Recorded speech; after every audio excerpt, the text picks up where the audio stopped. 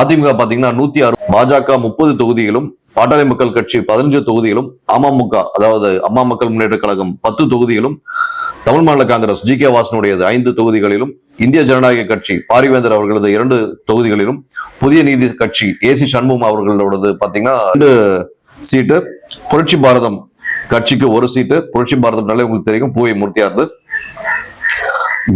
கோகுல மக்கள் கட்சிக்கு 1 சீட்டும், தமிழக மக்கள் முன்னேற்ற கழகத்துக்கு 1 சீட்டும், தமிழக மாநில முஸ்லீம் லீக் இந்த கட்சிக்கு 1 சீட்டும்,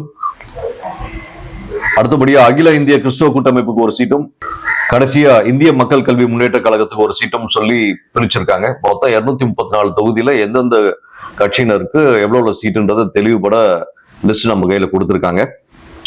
இந்த லிஸ்ட் படி பார்த்தா கிட்டத்தட்ட ஒரு 13 கட்சிகளோட ஒரு கூட்டணியா பார்க்கப்படுது. தெரியும், முன்னாள் முதல்வர் திரு எடப்பாடி பழனிசாமி அவர்கள் சேலத்து எடப்பாடி தொகுதியிலும், இரண்டாவதாக திருவள்ளூர் விஜயகுமார் விஜயகுமார் எக்ஸ்எம்எல்ஏ கும்மிடிப்பூண்டி தொகுதியிலும், பொன்னேரியில் சிறுமணியம் பலராமன் எக்ஸ்எம்எல்ஏ அவர் நிற்கிறாரு.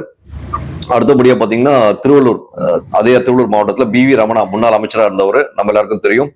அதுக்கு அடுத்தபடியா அப்துல் ரஹீம் ஆவடி தொகுதியில திருவள்ளூர் மாவட்டத்தில் நிற்கிறாரு, முன்னாள் அமைச்சராக இருந்தார் அவரு. மதுரவாயல் தொகுதியில பெஞ்சமின் முன்னாள் அமைச்சர் அவரு. அடுத்தபடியா அதே திருவள்ளூர் மாவட்டத்தில் அம்பத்தூர் தொகுதியில முன்னாள் எம்எல்ஏ அலெக்சாண்டர் அவர்கள் நிற்கிறாங்க.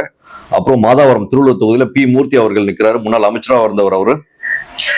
திருவள்ளூர் மாவட்டத்துல குப்பன் என்ற எக்ஸ்எம்எல்ஏ நிற்கிறாரு. ஆர்கே நகர் இந்த தடவை முதல் முறையா நட்சத்திர பேச்சாளர் சகோதரி நடிகை விந்தியா அவர்கள் நிற்கிறாங்க. பெரம்பூர்ல பாத்தீங்கன்னா டிஜி வெங்கடேஷ் அவர்கள் எக்ஸ் எம்பியா இருந்தவர், அவர் சென்னையில் நிற்கிறாரு. கொளத்தூர் தொகுதியில பாலகங்கா என்ற எக்ஸ் எம்பி நிற்கிறாரு, முக்கியமா சிஎமோட எதிர்ப்பு வேட்பாளர் நிற்கிறாரு. அடுத்தபடியா வில்லிவாக்கம் தொகுதியில மோகன் சொல்லுவாங்க, அவர் நிற்கிறாரு.